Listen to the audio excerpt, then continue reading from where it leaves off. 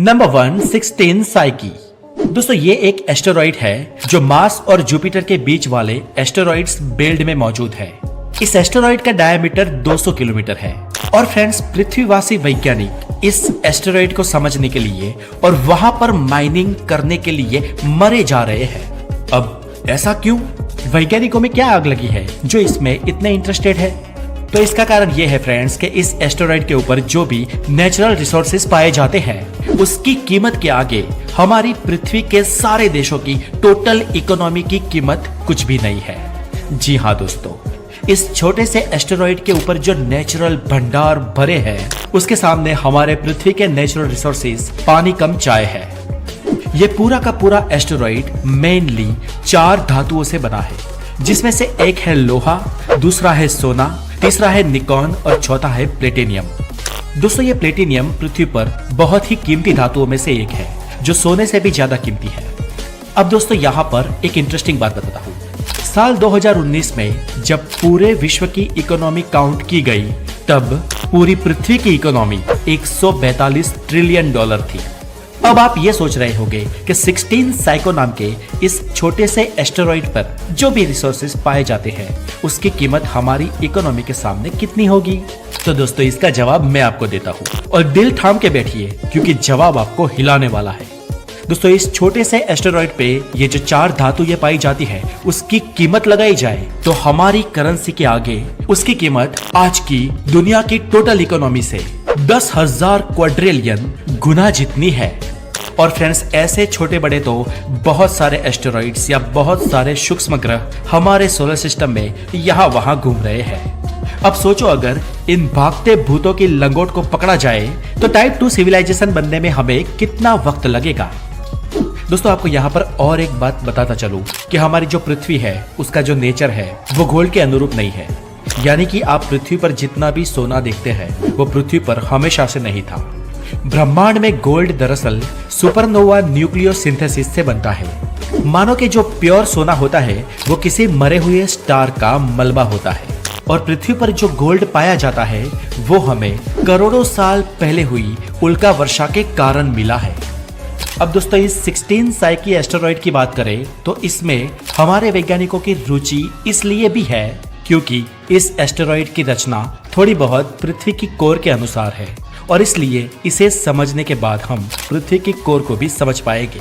और फ्रेंड्स अगर फ्यूचर में हम एडवांस होते हैं और ब्रह्मांड में विचलन करने वाली टाइप 1 या उससे आगे की सिविलाइजेशन बनते हैं तो जैसे जैसे हम ब्रह्मांड में आगे जाएंगे वैसे वैसे ऐसे एस्टेरॉइड्स के मिलने के कारण हम जो आज टेक्नोलॉजी यूज करते हैं उससे बहुत एडवांस टेक्नोलॉजीज बना पाएंगे और इसके साथ ही हमारे पीरियोडिक टेबल में भी बढ़ोतरी होगी। फिलहाल हमारे लोकल पृथ्वीवासी पीरियोडिक टेबल में 118 तत्व है और अगर ब्रह्मांड में हम पृथ्वी से आगे बढ़े तो जैसे जैसे हम आगे बढ़ते जाएंगे इस टेबल में बढ़ोतरी होगी। अब फ्रेंड्स ऐसे लघु ग्रहों पर फ्यूचर में हमारी माइनिंग करना इसलिए भी आवश्यक हो जाता है क्योंकि हम जब खनिज के लिए पृथ्वी पर माइनिंग करते हैं तो इस माइनिंग के लिए हम साइनाइड और क्लोरीन का उपयोग करते हैं जो पृथ्वी पर ग्रीन हाउस इफेक्ट पैदा करता है और जिससे हमारा ग्लोबल वार्मिंग बढ़ता ही जा रहा है। लेकिन पृथ्वी से दूर ऐसे एस्टेरॉइड्स पर अगर हम माइनिंग करके वहां के खनिज यहाँ लाते हैं या फिर वहां कोई चीज डेवलप करते हैं तो वो हमारे लिए बहुत ही सेफ और आसान हो जाएगा। और इसीलिए नासा फ्यूचर में एस्टेरॉइड रिडायरेक्टेड मिशन लेके आ रहा है और नासा एक रोवर इस एस्टेरॉइड 16 साइकी पर भी भेजने जा रहा है।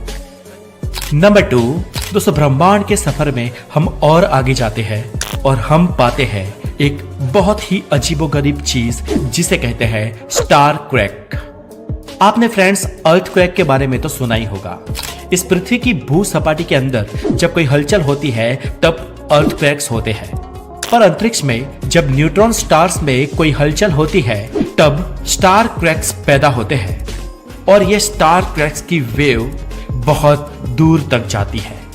27 दिसंबर साल 2004 को हमारे वैज्ञानिकों ने हमसे 50,000 प्रकाश वर्ष दूर सेजिटेरियस कॉन्स्टेलेशन में स्थित SGR 180620 नाम के मैग्नेटार पर स्टार क्वेक रिकॉर्ड किया था। दोस्तों आपको बताता चलूं कि ये मैग्नेटार्स एक टाइप के न्यूट्रॉन स्टार्स ही होते हैं और फ्रेंड्स इस स्टार क्रैक की तीव्रता 32 रिक्टर स्केल थी। दोस्तों आपको बता दूं कि जैसे ही 5 रिक्टर स्केल के ऊपर का कोई भी भूचाल आता है तो हर रिक्टर स्केल पे वो 5 रिक्टर स्केल से ज्यादा तबाही करता है। यानी कि 5 के बाद हर रिक्टर स्केल कई सारे परमाणु बम की तबाही की ताकत के बराबर होता है। और पृथ्वी पर अब तक आज दिन तक सबसे ज्यादा तीव्रता वाला भूकंप 9.5 रिक्टर स्केल का रिकॉर्ड किया गया है। और दोस्तों सोचिए, ये स्टार क्रैक हमने जो रिकॉर्ड किया वो 32 रिक्टर स्केल का था। ये कितना भयानक होगा। दोस्तों इसकी भयानकता का अंदाजा आप इस बात से लगा सकते हैं कि अगर ये न्यूट्रॉन स्टार पृथ्वी से 10 प्रकाश वर्ष दूर होता तो आज पृथ्वी पर जीवन का एक भी नामो निशान नहीं होता। नंबर 3। अब दोस्तों चलिए ब्रह्मांड में थोड़ा और आगे बढ़ते हैं और मैं आपको एक क्वेश्चन करता हूं कि ब्रह्मांड में सबसे ठंडी जगह कौन सी है। पृथ्वी पर एंटार्क्टिका महाखंड की बात करें तो वहां पर सर्दियों में आमतौर पर टेम्परेचर -40 -50 डिग्री सेल्सियस चला जाता है। सोलर सिस्टम के सबसे ठंडे प्लेनेट यूरेनस की बात करें तो वहां का टेम्परेचर आमतौर पर -224 डिग्री सेल्सियस रहता है और प्लूटो का टेम्परेचर -225 डिग्री सेल्सियस से भी थोड़ा नीचे रहता है। पर दोस्तों ब्रह्मांड में एक ऐसी जगह भी है जहां का टेम्परेचर एब्सोल्यूट जीरो के बहुत ही करीब रहता है। अब दोस्तों हम आगे की बात करें इससे पहले समझ लेते हैं कि एब्सोल्यूट जीरो क्या है। तो फ्रेंड्स प्रकृति के कुछ अल्टीमेट नियम है, जैसे कि कोई भी पदार्थ या कण प्रकाश की गति को ओवरकम नहीं कर सकता है। मतलब कि कोई भी पदार्थ 2,99,792 किलोमीटर पर सेकंड से ज्यादा तेज नहीं चल सकता है। वैसे ही प्रकृति का एक और नियम भी है कि ब्रह्मांड में किसी भी चीज किसी भी वस्तु का टेम्परेचर एब्सोल्यूट जीरो से नीचे नहीं जा सकता है या इवन एब्सोल्यूट जीरो भी नहीं हो सकता है। और एब्सोल्यूट जीरो यानी -273.15 डिग्री सेल्सियस ये केल्विन का स्केल है। ब्रह्मांड का ये न्यूनतम तापमान एक लिमिट है और इससे नीचे ब्रह्मांड की कोई भी बड़ी से बड़ी या छोटी से छोटी वस्तु का टेम्परेचर होना असंभव है, क्योंकि इस टेम्परेचर पर पार्टिकल्स में सारे इलेक्ट्रॉन्स फ्रीज हो जाते हैं और कोई भी चीज कोई भी पार्टिकल इस स्थिति में वेव फॉर्म में भी मौजूद नहीं रह सकता है। इसलिए दोस्तों आप ये समझ लो कि -273.15 डिग्री सेल्सियस टेम्परेचर किसी भी जगह पर ब्रह्मांड में हासिल करना इम्पॉसिबल है।